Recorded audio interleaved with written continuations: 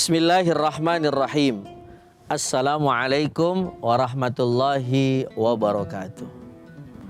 Alhamdulillahilladzi anzala ala abdihil kitaba wa lam yaj'al lahu iwaja.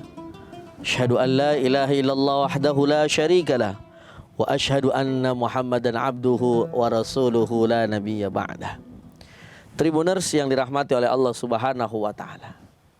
Ketika Allah Subhanahu wa taala akan memberikan pertolongan kepada setiap hambanya, maka ada Al-Quran yang bisa menjadi penolong bagi kita semuanya.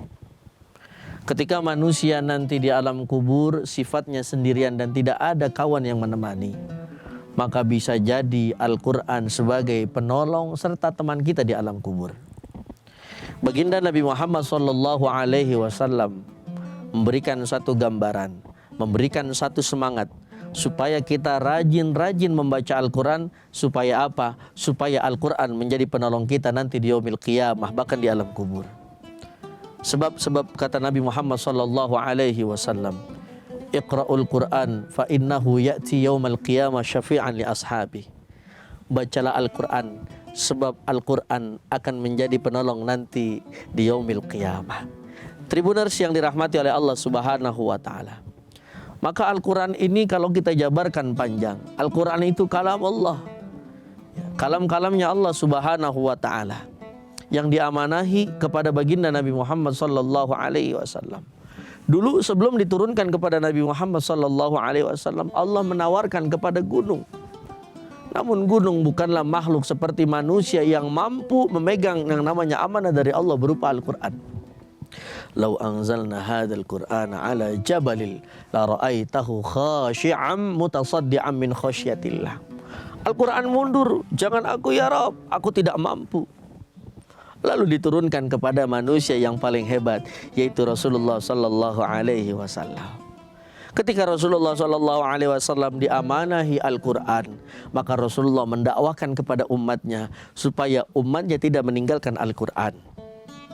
Contoh, ketika Rasulullah sallallahu alaihi wasallam paham Al-Quran ini sebagai penolong, maka dulu Rasulullah sallallahu alaihi wasallam mengajarkan kepada para pengikutnya, kepada umatnya untuk terus istiqamah membersamai Al-Quran.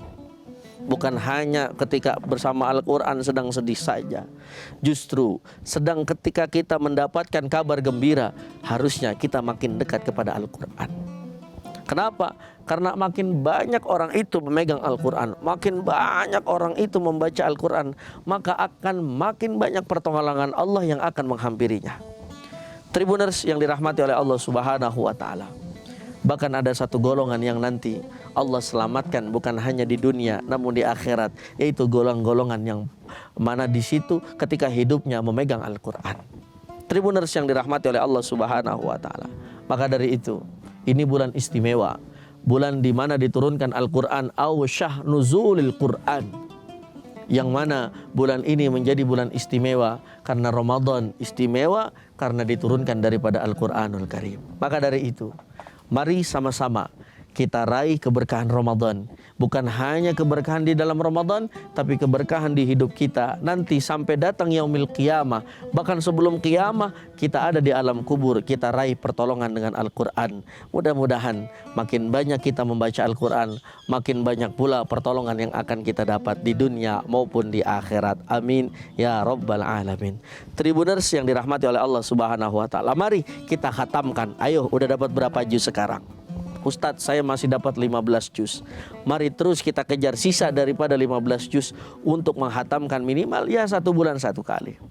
Ustadz, saya mau khatam 2 kali, boleh nggak? Boleh. Bahkan jangankan 2 kali, 5, 7, 6 juga boleh kita menghatamkan Al-Quran di dalam bulan suci Ramadan. Pertanyaannya, kuat apa enggak? Mudah-mudahan kita semuanya diberikan kekuatan untuk terus pertama membaca Al-Quran. untuk terus meresapi daripada isi Al-Quran.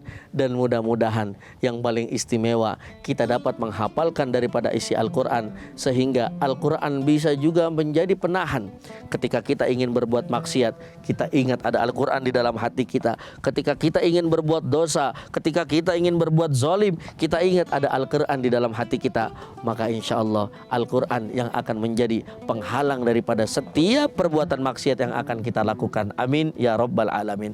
Tribuners yang dirahmati oleh Allah Subhanahu wa taala, ini saja, wallahul muwaffiq ila aqwamit thoriq. Assalamualaikum warahmatullahi wabarakatuh. Terima kasih sudah nonton. Jangan lupa like, subscribe, dan share ya.